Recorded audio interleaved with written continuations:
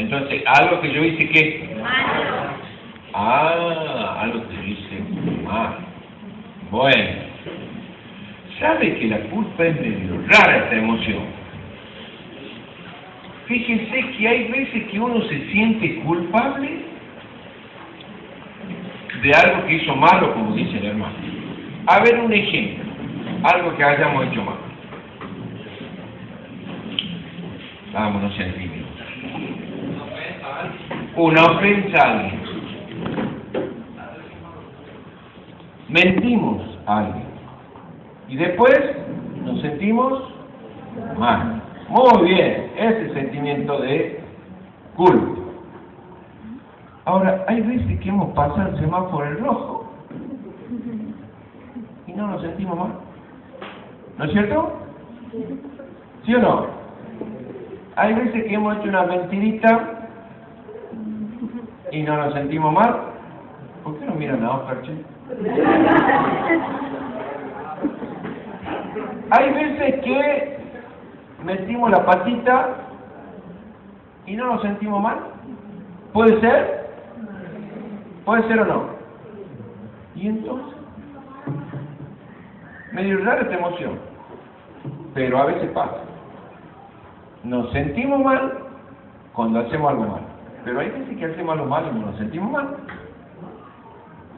¿Cómo es la cosa? Bueno, vamos a ver en la Biblia. Abra su Biblia en Samuel. ¿Se acuerda de David? David que era un pastor. Y después ¿qué era David? Fue un rey. Muy bien, vamos a uno. Vamos a ver.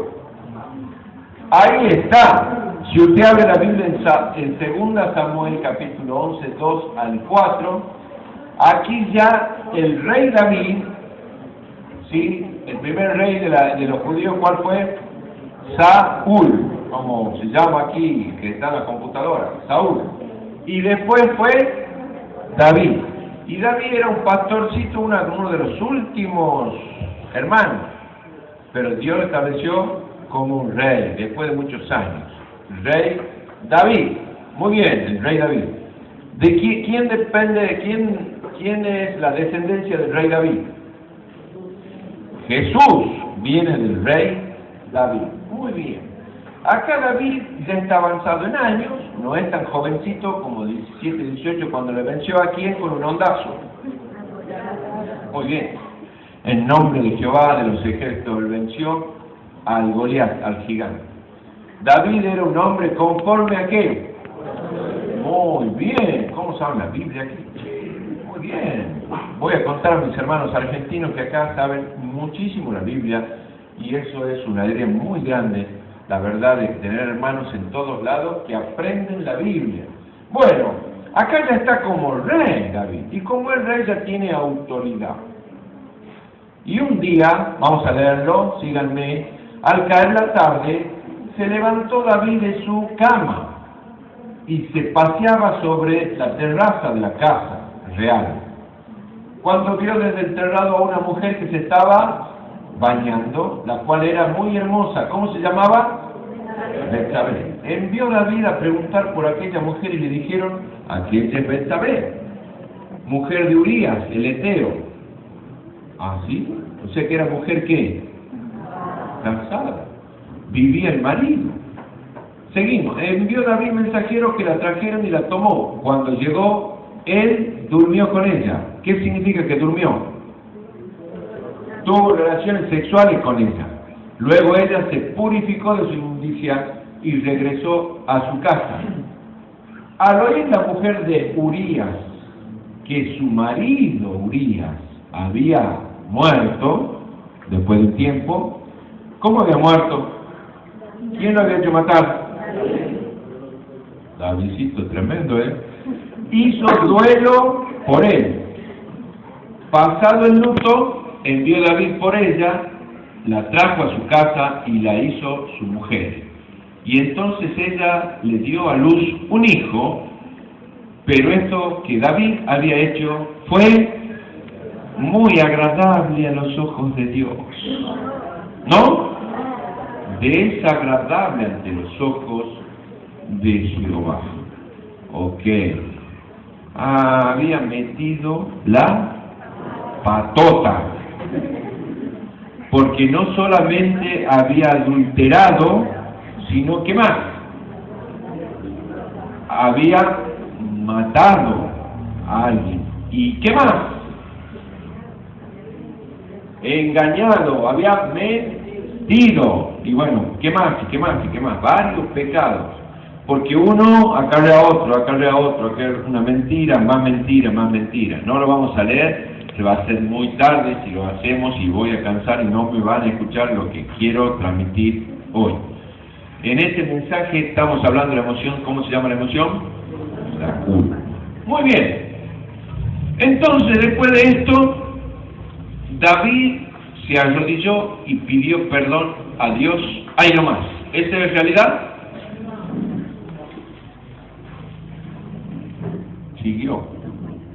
Siguió viviendo con Betsabé. ¿Y qué pasó con el hijo? Consecuencia de malas decisiones. Dios perdona, pero las consecuencias son consecuencias. Dios siempre te va a perdonar, pero las consecuencias las vas a pagar. Las consecuencias de tus malas decisiones. Y David la pagó con la muerte de un hijo. ¿A cuánto se le ha muerto un hijo? Ay, ojalá que nadie levante la mano.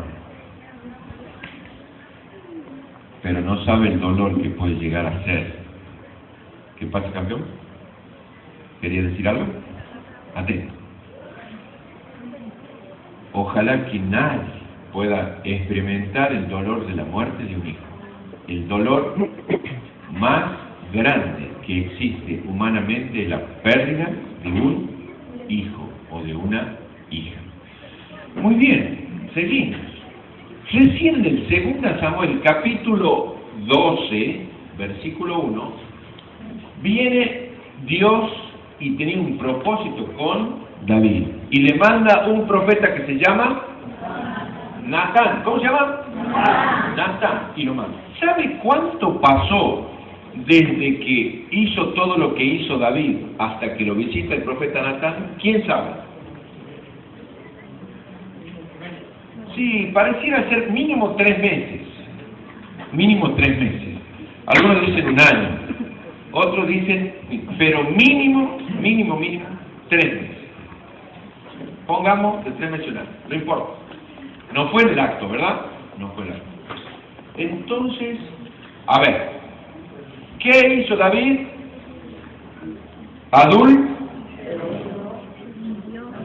Mitió, asesinó.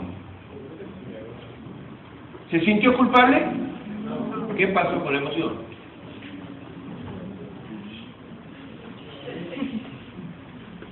¿Qué pasó con la emoción? Pero David, te tenés que sentir culpable. Mira lo que la ignoró a lo que había hecho. Entonces no había desarrollado una emoción de culpa, pero sí parece que interiormente estaba la cosa. Porque cuando el profeta Natán lo visita, ustedes se acuerdan que hace una historia de la ovejita y qué sé yo, y ahí David se llena de bronca y dice, hay que matarlo a esa persona. Ese sos vos. El que ha hecho esto sos vos. Y ahí despertó que se había descubierto su pecado. Entonces ahí sintió, ¿qué sintió? Culpa. ¿Pero él era culpable el día anterior? ¿El día anterior era culpable? Sí. ¿Pero ya hace cuántos días más era culpable? Mucho tiempo. Pero él sintió la culpa verdadera después de un tiempo. ¿Cómo definirías la culpa? Ahí nomás. ¿Cómo definiríamos la culpa? Ya han dicho, sentimiento feo, ¿sí? Sentimiento horrible, como un martillo que te hace, ¿no? Así, mira lo que has hecho, fíjate, y no te deja tranquilo. La definición es dolor emocional que sentimos cuando somos responsables de haber hecho algo o de haber dejado de hacer algo que viola ¿qué? Una norma. Cuando vos pasás el semáforo en rojo ¿Sos culpable o no? ¿Por qué? Porque has transgredido una norma de qué? De tránsito. Bien. ¿Te sentís culpable? Y a veces sí. Y a veces no. Entonces, ¿podemos confiar en las emociones? ¿Se acuerdan la pregunta de anoche, no? ¿Podemos confiar en ellas? Hay veces no sentimos. Hay veces no sentimos como deberíamos sentir. ¿Pero somos culpables? Somos responsables. Somos culpables. Muy bien. Entonces hay martillito. Entonces, ¿de qué depende que nos sentimos y no nos sentimos culpables? Cuando nosotros mentimos, a veces nos sentimos culpables y a veces no nos sentimos, pero somos responsables de haber mentido. Y podemos seguir viviendo así. No pasa nada. No pasa nada. Transgrediste una norma de respeto en tu familia. Le gritaste a tu mamá. A tu hermano le pegaste. Le sacaste la platita que tenía ahorrada para usarla en cosas sin pedirle permiso. ¿Qué hiciste? Una transgresión. ¿Te sentís culpable? Y por ahí sí. Por ahí no. ¿Pero sos culpable? Sí. Entonces hay una diferencia. Fíjate. Hay una diferencia entre sentirse culpable y ser culpable. El sentirse culpable tiene que ver con, vamos, la emoción. Y el ser culpable es un hecho. El ser no cambia. Es un hecho. Es un hecho. En cambio, el sentirse es una emoción. Ustedes saben que yo soy un médico psiquiatra. Yo trabajo con mucha gente de diferentes personalidades. Y he trabajado una vez en una cárcel, porque yo necesitaba trabajo y me dicen, mira, hay un cargo, un puesto para trabajar en la cárcel. Entonces, allá en Tucumán tenemos una cárcel grande, toda una manzana así, paredones blancos, altos, y uno mira de adentro y solo ve el paredón ese horrible, feo, que ahí se priva de la libertad a la persona porque ha transgredido una ley. Por ejemplo, había personas que han matado a gente, hay personas que han violado, hay personas que han robado mucho y entonces necesitaban pagar una culpa. Algunos 2 años, 3 años, 5, 10 y algunos por 20, 30 años están metidos ahí en la cárcel. Y yo iba todas las mañanas a atenderlos, porque por ahí alguien necesitaba algún tipo de ayuda. Entonces yo me sentaba en el consultorio y empezaba a hacer pasar, y pasaba como 5 o 6 por mañana y conversando con ellos. ¿Saben una cosa? Ellos estaban ahí y yo con ninguno de los que hablé se consideraba culpable. Ellos no se sentían culpables. ¿Cómo puede ser esto? No se sentían culpables. Ellos siempre justificaban la cosa que habían hecho de alguna manera. Por ejemplo, había matado a la esposa y bueno, pero él se metió en el medio de donde yo tiré el disparo. Y en su cabeza hacía eso. Y bueno, pero ella, ¿pero cómo le pegaste así? Bueno, pero ella primero me adentro, entonces yo le pedí y se fue la mano, bueno, pero yo no tengo la culpa, ella se portó mal. No se sentía culpable. ¿Eran culpables? ¿Eran culpables? Buscaba justificación. Eso es lo que hizo David en un momento. Buscó justificación a lo que había hecho. De alguna manera se mintió algo él en su cabeza para quedarse tranquilo. 2, 3 meses, 4 meses, 5, como dijo acá hermano, quizá hasta 1 año, hasta que llega el profeta Natán y le dice, vos hiciste.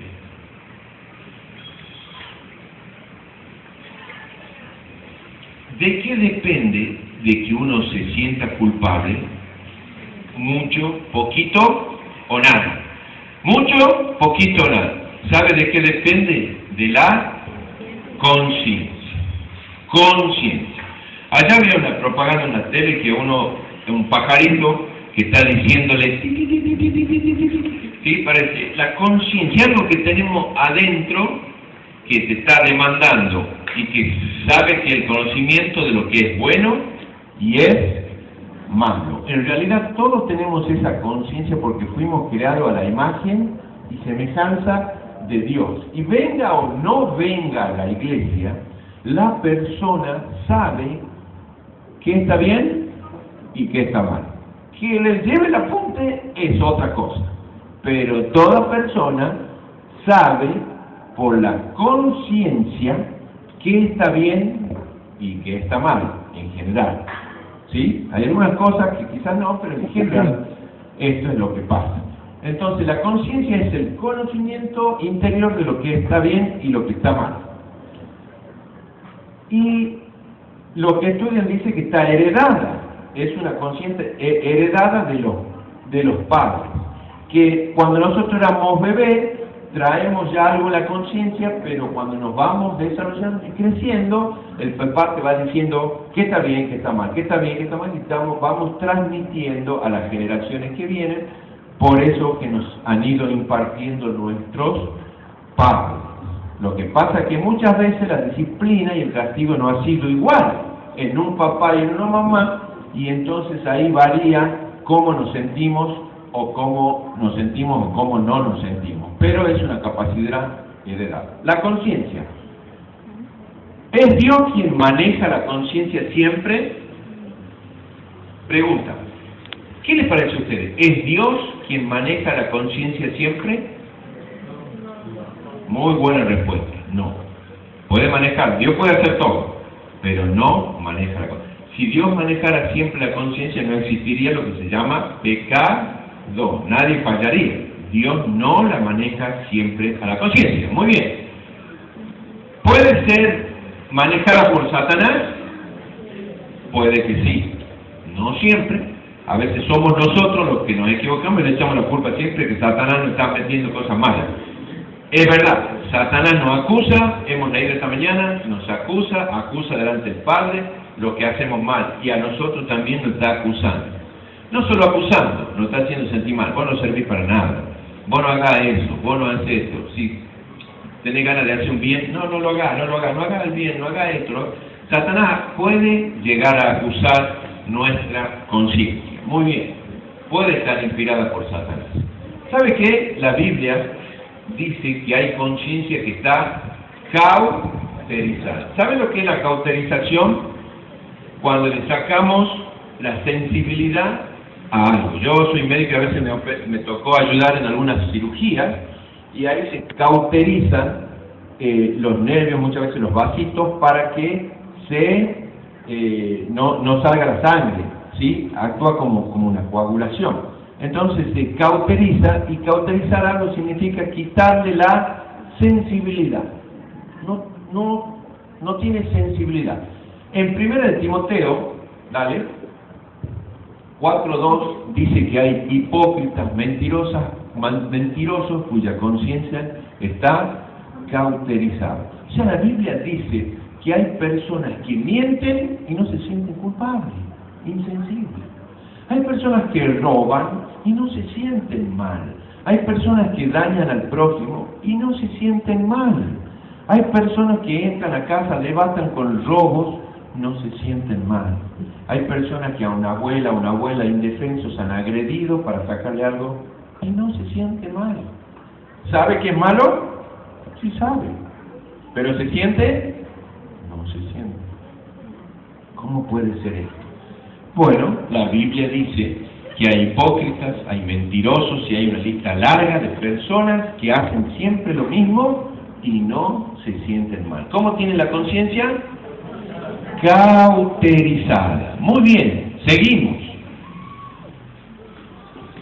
Ahora, a esos que tienen ese tipo de conciencia, y a ese David, que en un momento había hecho algo y pasaron varios días sin confesar, le dice: sabed, vuestro pecado os alcanzará. ¿Qué significa eso? Tarde o temprano te va a alcanzar. Hermano, hermana, hiciste algo malo y no confesaste y seguís manteniéndolo ahí, tarde o temprano te va a alcanzar. Y fíjate lo que dice en Gálatas 6:7. No te engañes, no te engañes. Dios no puede ser burlado. Todo lo que el hombre sembrare, eso también segará. ¿Sí? No te engañes. Delante de Dios todo está descubierto. Delante de Dios todo está descubierto. Y tarde o temprano el pecado te alcanzará. Vos puede pasar que ya van un mes y no has dicho nada, y no le has dicho nada a Dios de perdón. Puede pasar 6 meses, puede pasar 2 años, 3 años, y seguís obrando así, y seguís haciendo así, y seguís así, y crees que, y sí, es probable. Has engañado a tu papá, a tu mamá, a tu novia, a tu novio, a tu esposa, a la iglesia le has engañado también, y sí, somos engañables, no podemos saber. A Dios no le engañas. El pecado te ha de alcanzar, de alguna manera. Dios dice, todo lo que siembre vas a cosechar. Entonces, veamos en David qué pasó. Cuando David entendió, y cuando David sí sintió la culpa en él que había sido, y que delante de Dios había metido la pata, ¿qué hizo? Veamos primero, ahí nomás. Hizo una oración en el Salmo número 51 que dice, lávame de toda mi maldad y límpiame de mi pecado. ¿Qué sentimiento tenía ahí David? ¿Qué sentimiento notan ahí con lo que dice ahí? ¿Cómo? Bien, arrepentimiento. ¿Cómo se sentía? Culpable. ¿Qué más? Fíjese, lávame. Bien, sucio, ponemos. Muy bien. ¿Cómo se sentía? Sucio, sucio. Vamos a ver la segunda. Dice, siempre tengo presente mi pecado. Otro sentimiento. ¿Qué sentía ahí? Culpa. Muy bien. ¿Qué más? Se sentía acusado, porque dice, siempre tengo presente mi pecado. ¿Se acuerdan que Satanás es el acusador, no? Entonces él había pecado y mientras cayó, lo guardó, se sentía acusado. Muy bien. ¿Qué más? Dice, purifícame con hisopo, o sea, limpiame, quedaré limpio. Lávame otra vez, quedaré más blanco que la nieve. Necesito que me lave. ¿Cómo se sentía?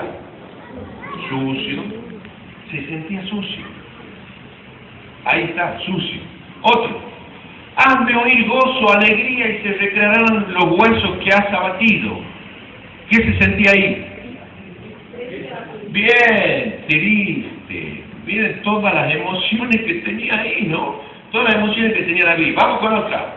Sigue hablando y diciendo, Salmo 51, esconde tu rostro de mis pecados y borra todas mis maldades. ¿Qué sentía ahí? Vergüenza. Bien, vergüenza. ¿Qué más? Ponemos. Vergüenza, acertó, vergüenza. Crea en mí, oh Dios, un corazón limpio y renueva un espíritu recto dentro de mí. Aquí hay varias. ¿Qué más? ¿Qué se sentía? Arrepentimiento. ¿Qué más? Un corazón limpio. Se sentía sucio. Otra vez. Sucio y sucio. A ver qué ha puesto ahí. Bueno, ahí pone sentimiento de inferioridad. Se sentía menos, porque se sentía un corazón que no era recto, ¿sí? Que no tenía un corazón recto. Muy bien, y la última, no me eches delante de ti y no quites de mí tu Santo Espíritu. ¿Cómo se sentía? Miedo puede ser, abandonado. ¿Qué más? Miedo dijimos, ¿no? Un poco con miedo. Soledad, muy bien. A ver qué ha puesto el autor de esto. Rechazo, sentía rechazo. Según él está interpretando el rechazo. Todas pueden ser. Muy bien. Vuelve el gozo de tu salvación y espíritu noble me sustente. ¿Qué sentía? Vuélveme el gozo. ¿Qué se sentía? Muy bien, se sentía triste, que tenía un espíritu débil, porque decía, el espíritu noble me sustente, se sentía débil, necesitaba fuerza, necesitaba fuerza. Y acá vemos otra vez la fuerza. Por ejemplo, viene ahora, dice, mientras guardé silencio, mis huesos se fueron consumiendo por mi gemir de todo el día. ¿Qué sentía ahí? Dolor. Dolor. Y la última, mi fuerza se fue debilitando como el calor del verano, porque día y noche tu mano pesaba sobre mí. ¿Qué sentía? Sin fuerza. Mire todo lo que había hecho el guardar ese pecado. Mire todo lo que había hecho. Todos esos sentimientos había desencadenado en él. Muy bien. Hay consecuencias si no tratamos con el pecado. ¿Hay alguien aquí que no haya pecado? Así se pueda retirar. Porque no necesita esta conversación. Alguien aquí que no haya pecado puede retirarse.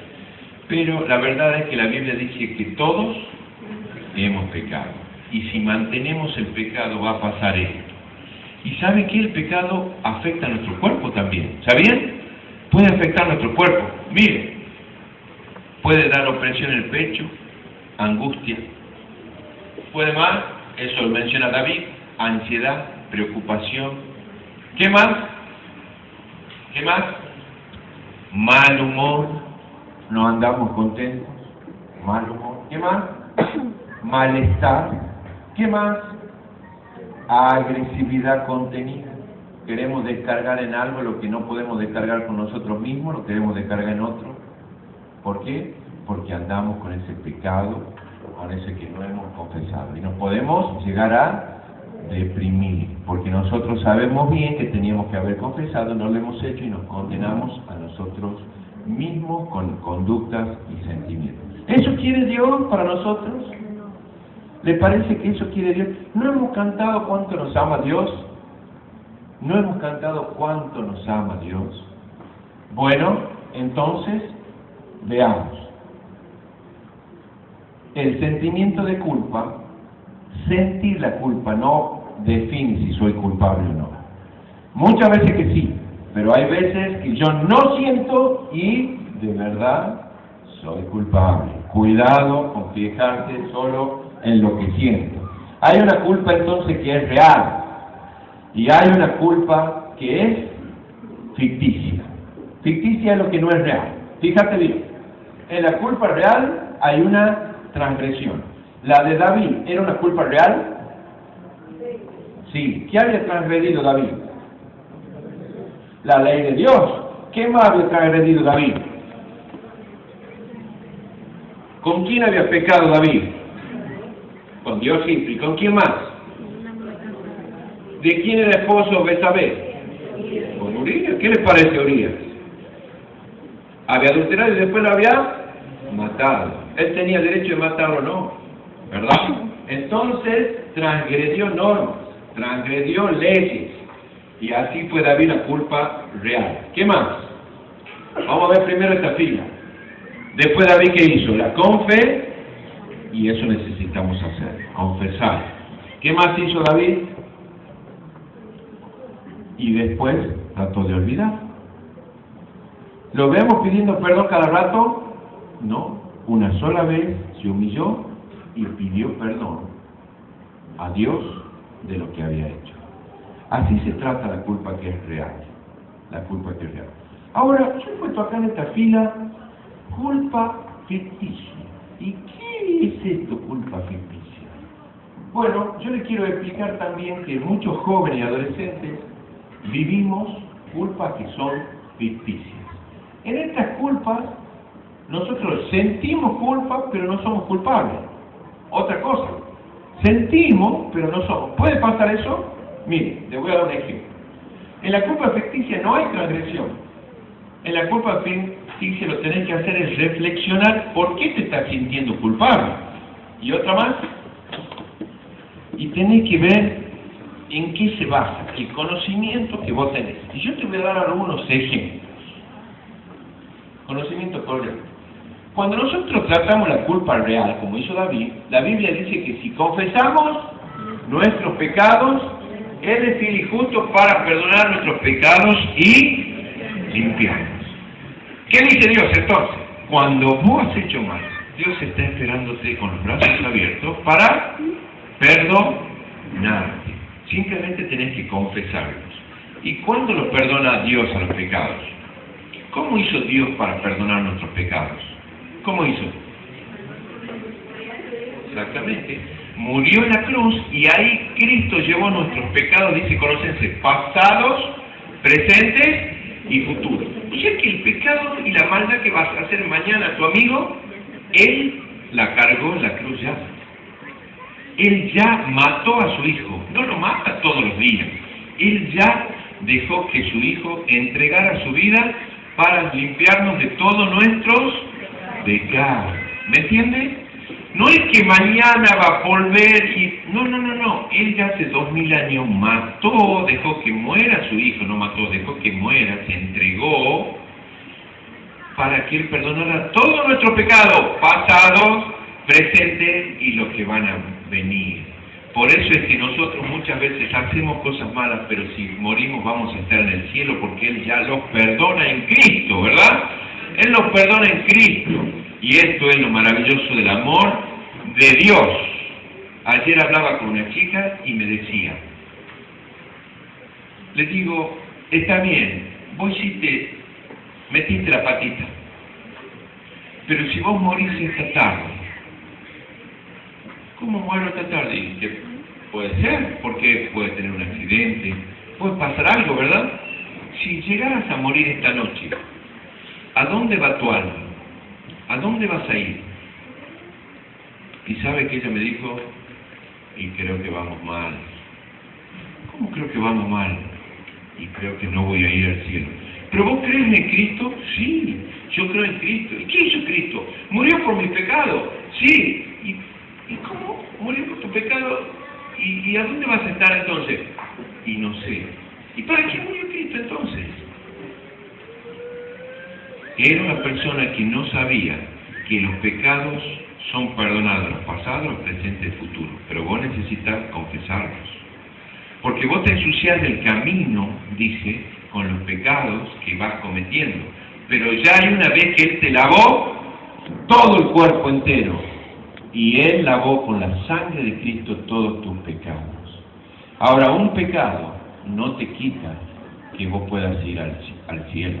Porque Cristo te perdonó los pecados. Pero vos necesitas, ¿se entiende? Vos necesitas confesarlo. Por eso es que hay dos palabras que no te tenés que olvidar. Confesión y relación y comunión. Cuando vos venís a ser hijo de Dios, cuando te arrepentís y venís a ser cristiano, empieza una relación que es de hijo a padre. Vos tenés papá y mamá, ¿verdad? Generalmente la mayoría tenemos papá y mamá. Así nos mandemos una metidita de pata, Dios sigue siendo, mi papá sigue siendo mi papá. Eso no cambia nunca. La relación no cambia nunca. Cuando vos venís a ser hijo de Dios, sos hijo de Dios por siempre, para siempre. Y por eso es que el cielo es para vos por gracia y por la fe en Jesucristo. Pero hay la otra palabrita, una es la relación y la otra es comunión. Esa sí se corta. De la misma manera que se corta con tu papá y tu mamá. Si vos la ofendés a tu mamá o tu papá, ellos no te van a hablar normalmente y van a sentirse enojados, se van a sentir mal y se va a cortar la comunión. Pero la relación nunca se corta. Si vos venís a ser cristiano hoy, vas a pasar a pertenecer a la familia de Dios. Dios nunca te corre, porque Dios te ha traído por su gracia y por su amor. Y sí debes hacer cada día es lavarte los piecitos, que te ensucias cada día con el pecado, pensamiento, conducta, lo que haces. Así que la culpa real, ¿cómo se soluciona? Confesando el pecado cada día, como la respiración. Cada día necesitamos confesar. Tomamos el perdón de Dios. Tiramos el pecado, las cosas que hacemos que desagradan a Dios. Muy bien, pero yo te dije que te iba a dar algunos ejemplos de la culpa ficticia. ¿Cómo culpa ficticia? Bueno, ¿saben? Hay personas que han sido abusadas en su infancia, o un poquito más grande, y se sienten culpables. ¿Son culpables? ¿Por qué no? Y porque no tienen la culpa, simplemente han sido víctimas de un abusador que ha entrado a la casa, un tío, un abuelo, un amigo del papá, me han dejado en la casa un día solo, y alguien ha venido y ha abusado de mí. ¿Y se sienten culpables de algo que son culpables? No, son víctimas y no son culpables. Otro ejemplo, han sido abandonados, rechazados, y se sienten feos, se sienten mal, se sienten culpables por estar solos en la vida, o por tal o cual cosa. ¿Son culpables?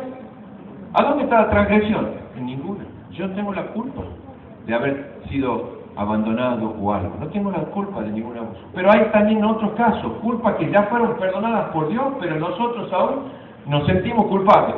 ¿Tienen algún amigo aquí en la iglesia? ¿Sabe qué? Le digo, ¿por qué está así? Es muy amigo. No me cuenta cualquier persona, el que es mi amigo. ¿Por qué estás así? Y me siento culpable porque hoy traté bien así. Y mañana se sigue sintiendo. Y pasado se sigue sintiendo. Y le dije, ¿pero vos le pediste perdón a Dios? ¿Y a la persona que ofendiste? Sí, le pedí. ¿Y qué pasa? Y me sigue sintiendo culpable. ¿Tienen conocidos así? ¿Sabe que pasa mucho esto? Personas que ya han pedido perdón a Dios una vez y siguen bajo las garras, ¿se dice garras? Bajo las garras ¿de qué? De la emoción, que se llama un sentimiento de culpa, pero que no es real. ¿Me entiende esto? Con esto terminamos. Dice Cristo, yo he venido, el Espíritu del Señor está sobre mí, por cuanto me ha ungido para dar buenas nuevas a los pobres. Me ha enviado a sanar los quebrantados de corazón y me ha llamado a pregonar libertad a los que están cautivos, esclavos de esos sentimientos, de esas emociones, cautivos, vista a los ciegos y poner en libertad a los oprimidos. Podés estar enganchado y cautivo de la falta de perdón, pero solo eso es sentimiento, porque Dios siempre te perdona. Y cuando Él te perdona una vez y listo. No necesitas seguir con ese sentimiento. Y no necesitas venir a perdón cada día. Yo tengo 3 hijos, ya les voy a presentar en la otra reunión a uno. Cuando mi hijo me hace mal, me ha ofendido y me dice, perdóname, ¿yo qué hago? ¿Qué hago? Te perdono, ¿verdad? Está bien, te perdono. A los 15 minutos viene y me dice, papá, te pido perdón.